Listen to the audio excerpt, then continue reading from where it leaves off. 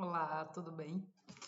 Faz um tempo que a gente começou aqui, né, essa jornada, que a gente está chamando de Jornada do Bem-Estar, e no começo eu pensava que era, assim, apenas alguns vídeos para falar um pouco sobre o bem-estar na atualidade, né, na contemporaneidade, mas depois os vídeos foram fazendo tanto sucesso, assim, entre as pessoas que assinam o canal e elas foram compartilhando e foram trazendo para outras, que eu resolvi transformar numa série, né, que a gente está chamando aqui de Jornada do Bem-Estar. Pois bem, e o que é isso, né? A jornada, toda a nossa vida é uma jornada, né? Então, a jornada é um caminho, é um percurso, né, que a gente atravessa ali e, ao mesmo tempo, vivencia a cada dia.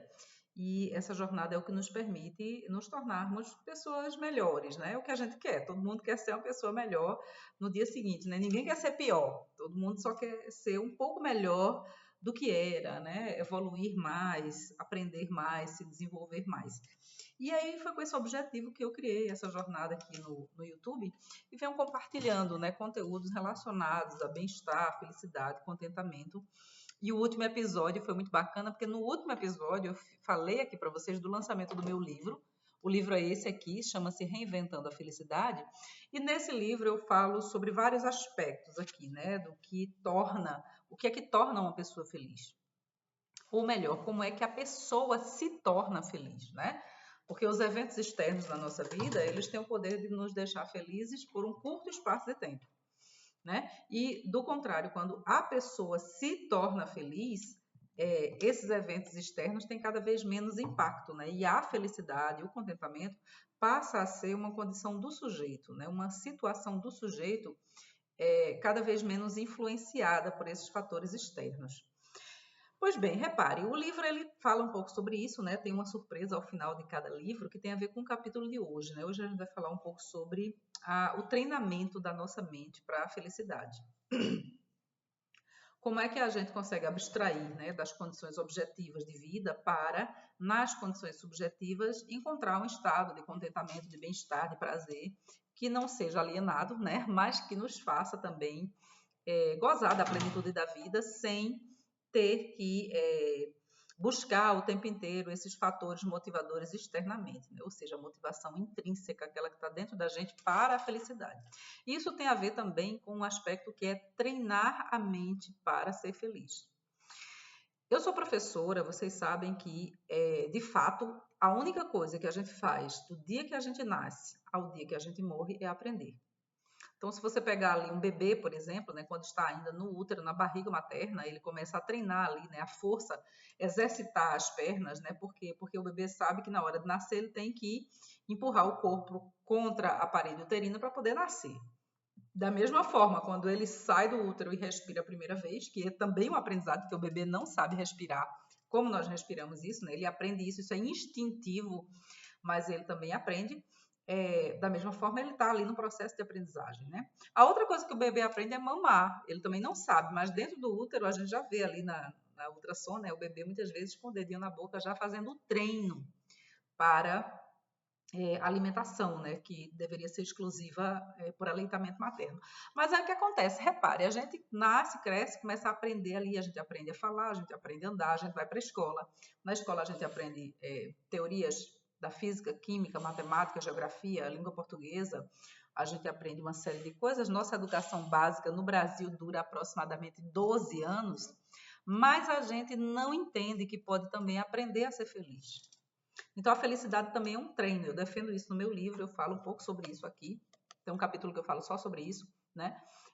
E ao final de todo o capítulo eu trago uma proposta ali de como treinar a felicidade do ponto de vista objetivo. Eu não sou a única autora que fala sobre isso, né? Muitos autores, inclusive grandes autores renomados, autores com livros sobre felicidade que já venderam, sei lá, milhões de exemplares, né? Falam, né? E comprovam ali pelas suas experiências que é possível a gente treinar a mente para ser feliz. Então, nós estamos falando de disciplina mental, concorda? A gente está falando de um conjunto de posturas, pensamentos e atitudes que se desdobram na nossa vida prática, mas que tem início aqui. E por que é que a gente não aprende isso na escola? Na escola, a gente passa tanto tempo na escola, mas não aprende, né? A gente fica lá, né? Tem N coisas, mas a gente termina não aprendendo Por quê? Porque a felicidade se tornou, na sociedade moderna, um artigo de luxo. Um artigo de luxo, né? Então, quem que é feliz? Quem é feliz é quem é rico, é quem é famoso, é quem tem dinheiro, é quem não se preocupa com as condições objetivas de sobrevivência, porque a pessoa que está lutando pela sobrevivência, ela não tem tempo de ser feliz. Por quê? Porque ela está lutando pela sobrevivência. Então, ela vai pensar em ser feliz? Não vai. Ela vai pensar em garantir o sono, a comida, a segurança. É isso que ela vai tentar. Ela vai lutar para sobreviver. Então, vencido esse estágio, né, dessa condição, eu vou usar uma palavra muito forte, mas é dessa condição miserável do ser humano, que é o ser humano que tem que lutar pela sobrevivência, ele não está numa vida digna, né? Mas superada essa condição miserável e indigna do ser humano, onde ele tem garantidas as suas condições de sobrevivência, aí é que ele começa a pensar sobre a felicidade, sobre o bem-estar, sobre o contentamento, sobre a vida plena. E o que é que ele começa a pensar? Se vocês pegarem esse livro aqui, eu vou mostrar para vocês, é um livro que fala sobre o início da escola, o começo da escola. Né? Eu não estou falando das décadas passadas, nem da nova escola do Brasil, não, década de 90. Estou falando realmente da história da educação, né? Da educação como um aparato social, a escola como um equipamento social, né? Estou falando da educação que começa ali, né? Sei lá, na época greco-romana, a educação oriental e Confúcio, por exemplo, né? A educação hebraica, tudo isso é histórico. Nós estamos falando de centenas de anos atrás, né? A educação greco-romana, que é a linha educacional que mais influenciou a educação ocidental, que é esse modelo que a gente basicamente tem aqui no Brasil implantado. Se você pegar todos esses grandes historiadores que atuaram no campo da educação, a educação cristã, mesmo a educação árabe, por exemplo, ali com Averroes, com São Tomás de Aquino, né, na época da educação medieval já, Lutero ainda é Lutero, e a educação protestante também, que também é outra corrente que surgiu ali, né, que influenciou, né. Depois disso a educação colonial, provinciana, a educação moderna, né, que a gente vivencia hoje, e finalmente a educação contemporânea, que é essa que a gente vive. Se você pegar todos esses teóricos, né, eles falavam que o objetivo da educação era tornar o ser humano digno, contribuir para a sociedade, para a comunidade e ser feliz. Era isso que eles diziam. Isso aqui, eu estou falando desse livro aqui, chama-se História da Educação. É um livro maravilhoso do Claudino Piletti, do Nelson Piletti. Eles escreveram trazendo, né, de Confúcio a Paulo Freire, o que era a história da educação. E se você ler, você vai ver que a história da educação inteira esteve voltada para isso, né? Fazer o cidadão ser útil para a sociedade no sentido de coletividade e ser feliz, se desenvolver, aprender e ser feliz. Então, é disso que eu falo também no meu livro, é desse olhar que eu venho com o meu livro. E para isso a gente também precisa aprender, né? Aprender a ser feliz. Parece uma coisa muito assim, como é que eu digo? Parece uma coisa muito, uma ideia muito abstrata, né? Aprender a ser feliz, mas é verdade. Tem um treino, tá? Do jeito que a gente treina para emagrecer, para fortalecer a musculatura, do jeito que a gente treina para uma Olimpíada, do jeito que a gente treina para uma entrevista, a gente também treina para ser feliz, sabia disso? E é disso que eu falo no meu livro, né? Mas não só eu, muitos outros autores também falam sobre isso. Eu vou falar um pouco aqui sobre essa questão da disciplina mental, estou abrindo meu livro aqui, falando um pouco sobre isso, né? Como é que o treinamento sistemático da mente, o cultivo dessa percepção de felicidade influencia os nossos dias, né? E nos tira de tantos estados negativos de ânimo, de sentimento, né? Para nos transportar para um estado de felicidade mais atento, né? As condições mais propícias, né, para a manifestação desse sentimento de bem-estar que a felicidade nos proporciona, né? Então, primeiro a gente tem que entender o seguinte, eu vou falar somente 3 coisas aqui, tá? Porque os vídeos são curtos, às vezes não dá tempo a gente abordar tudo em profundidade. 3 coisas. Primeiro, o nosso cérebro, ele tem uma plasticidade, né? Os neurocientistas, né, falam sobre isso, a plasticidade cerebral. A plasticidade significa que a gente pode aprender qualquer coisa o tempo inteiro. Inclusive, até no último dia da minha vida, enquanto eu estiver viva, respirando, eu posso estar aprendendo alguma coisa. O cérebro ele não tem esse limite de quantidade do que aprender e nem do que. né? Essa é a primeira coisa que a gente precisa. Então, se a gente aprende química, física, matemática, biologia, teologia, etc., a gente também aprende felicidade. Por quê? Porque existem técnicas para facilitar a felicidade. Existe conteúdo teórico, científico para a felicidade, né? Que a gente pode aprender. Então, primeira coisa, né? A gente entender que o nosso cérebro pode aprender e pode acomodar na nossa vida esses conteúdos sobre a felicidade e o bem-estar do mesmo jeito que ele aprende e acomoda outros conteúdos, né? Sobre qualquer componente curricular na escola, por exemplo. Quando você vai para a faculdade, por exemplo, você não aprende também lá, mesmo sendo adulto, né? Então, do mesmo jeito que a gente aprende na escola, a gente aprende também na vida. Só que a escola, ela não tinha esse olhar.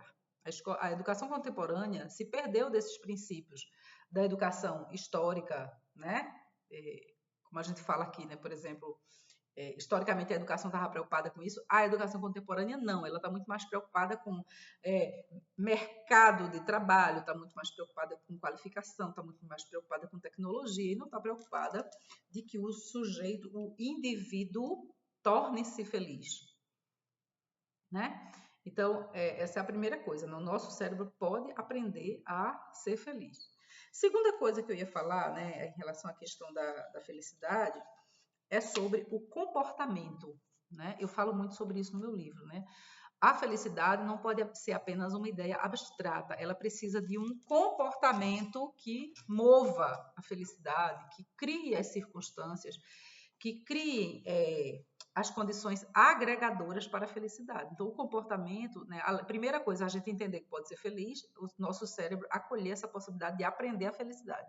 A segunda é a gente ter comportamentos condizentes com essa disciplina mental, né?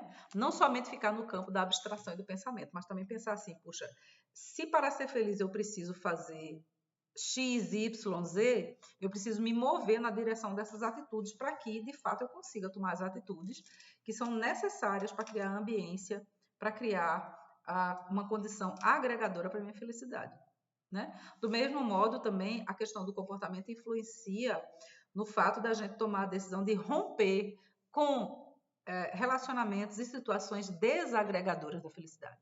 Também é um comportamento, romper, né? Ir lá e cindir com aquilo que causa sofrimento, né? Então, primeira coisa, aprender felicidade. Segunda coisa, estar atento aos nossos comportamentos, né? Como é que o nosso comportamento traduz a nossa disciplina mental, né?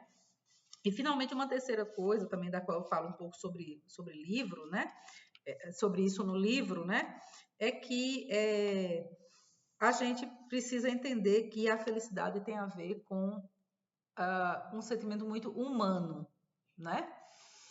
A felicidade não é uma coisa que está ligada simplesmente a questões materiais, né? Ao sucesso, à aprendizagem, à competitividade, né?